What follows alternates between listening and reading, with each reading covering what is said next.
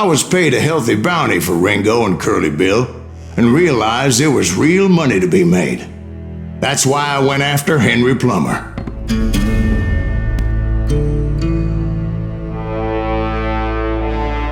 Wasn't he the sheriff who augmented his income by shaking down miners and robbing gold shipments? That's the one. Oh yeah, I remember him.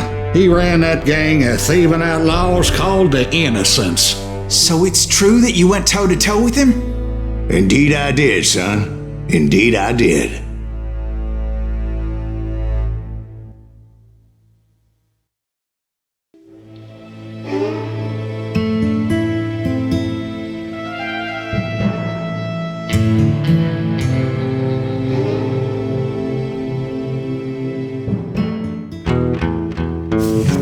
I knew I needed resources if I was going to track down Roscoe Bob Bryant, and hunting Plummer looked like a good way to get rich quick.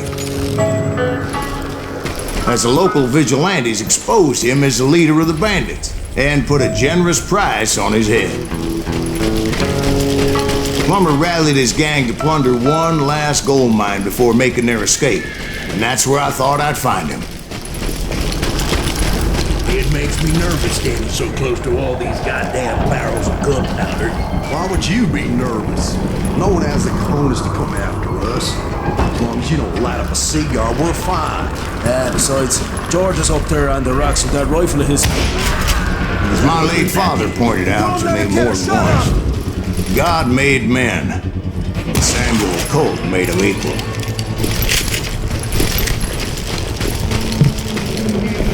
I knew that dynamite wasn't mine, so I decided the polite thing would be to return it. It was the biggest gold rush since Sutter's Mill in 48. Unfortunately, prospectors weren't the only ones drawn to those riches. There were thieves and killers, robbing travelers and hijacking gold shipments. Like those that ran with Plummer. Some were just regular folks I knew from town, drawn by greed and easy pickings. Charlie Crow, the blacksmith. James, who worked in the stable. Sam and Jeremiah Barber, the butcher's son. Plummer had a lot of men on his payroll, a hell of a lot. That son of a bitch pretended to protect the public with one hand while stealing them blind with the other. I thought I was some kind of hero. I finally made it past and headed on to meet my destiny. But first, I had something I needed to figure out. I had a few ideas on how to get into that mine, but once I made my decision, I knew there was no turning back. So my first thought was to enter the nearest mine portal. I saw an entrance. Made sense. It was the quickest way in, but that also made it more dangerous, as there would undoubtedly be enemy pickets posted along the way.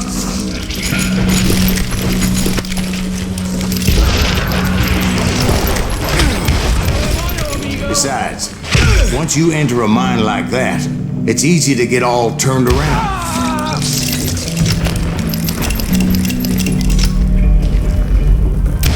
The confusing maze of corridors wouldn't even be the worst of it.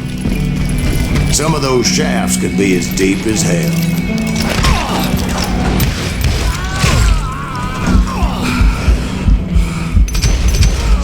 A single stumble or misstep can easily end in a deadly plunge to oblivion. I got this! Time to blow your shit up!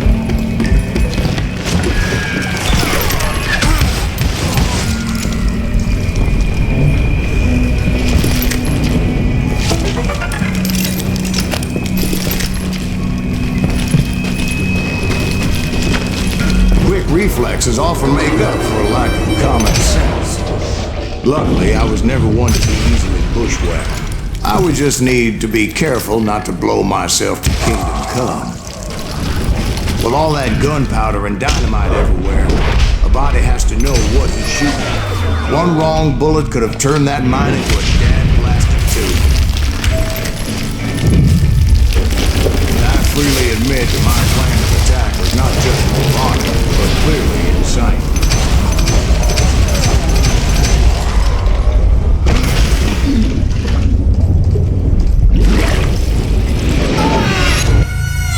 It's a good thing that I abandoned that ridiculous plan before I even tried it.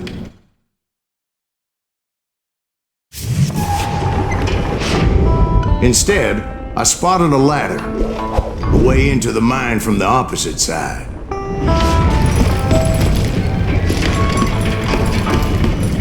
It was a long way around, but that approach seemed more sensible at the time. Of course, being I had a problem with heights, that scaffolding scared the bejesus out of me. Climbing down that ladder required some caution. I needed to make a leap of faith, which ain't easy when you're suspended between heaven and hell. I was determined not to give up, however. That Sheriff Plummer seemed quite the despicable character. When the vigilantes discovered what the sheriff was up to, people were outraged. That 10,000 they put on his head would go a long way to helping me find old Bob. And I had made it my mission to settle that score come hell or high water. I picked the more convenient and more dangerous route.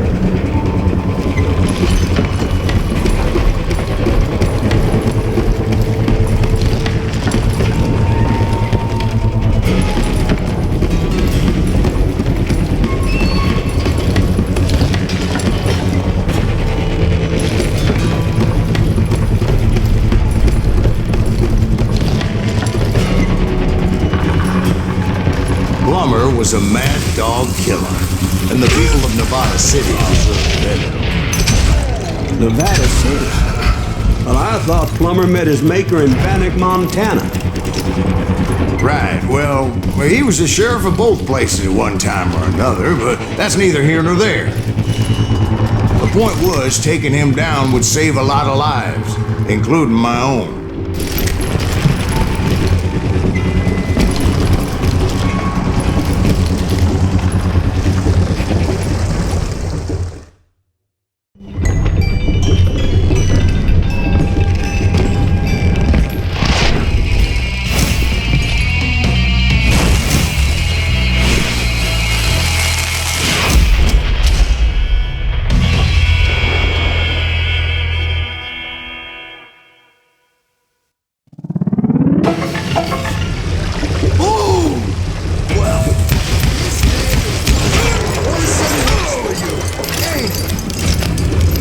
Plummer was clearly unhinged, and I could see right away that this was going to take some time. No blood for you today!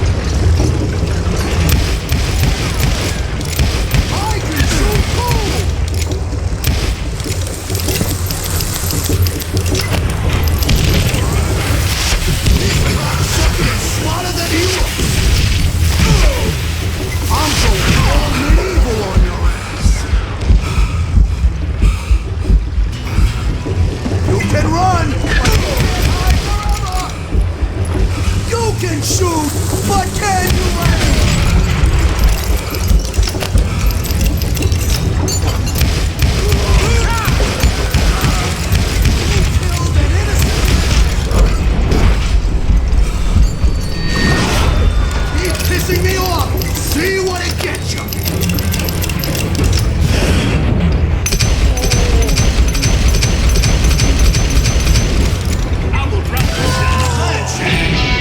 that's how Henry Plummer died. Him and his crew were worth their weight in gold.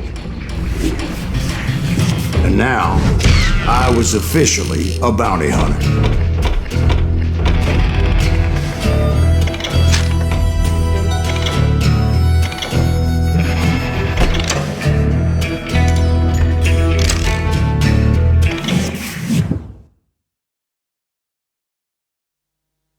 So, did you finally go after that Bob feller? Well, I heard word he was in Kansas with John Wesley Hardin. So that's where I went.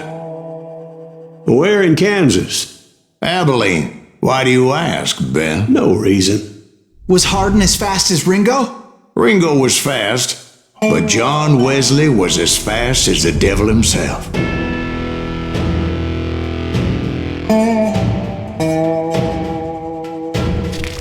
Hell, he killed his first man at 15. From that day forward, he had a price on his head and wouldn't back down for nobody, not even Wild Bill Hickok himself.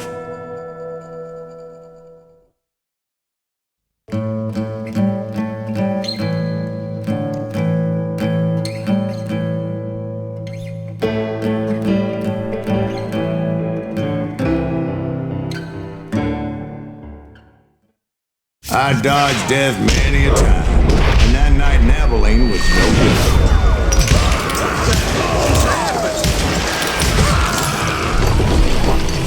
I was there with the intention of finding that bastard Bob and collecting the bounty on John Wesley.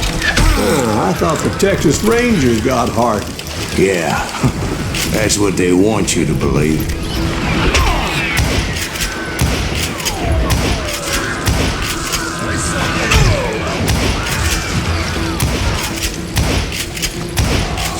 It was cold in a witch's tit and a brass bra that night as I fought my way past his loyal compadres.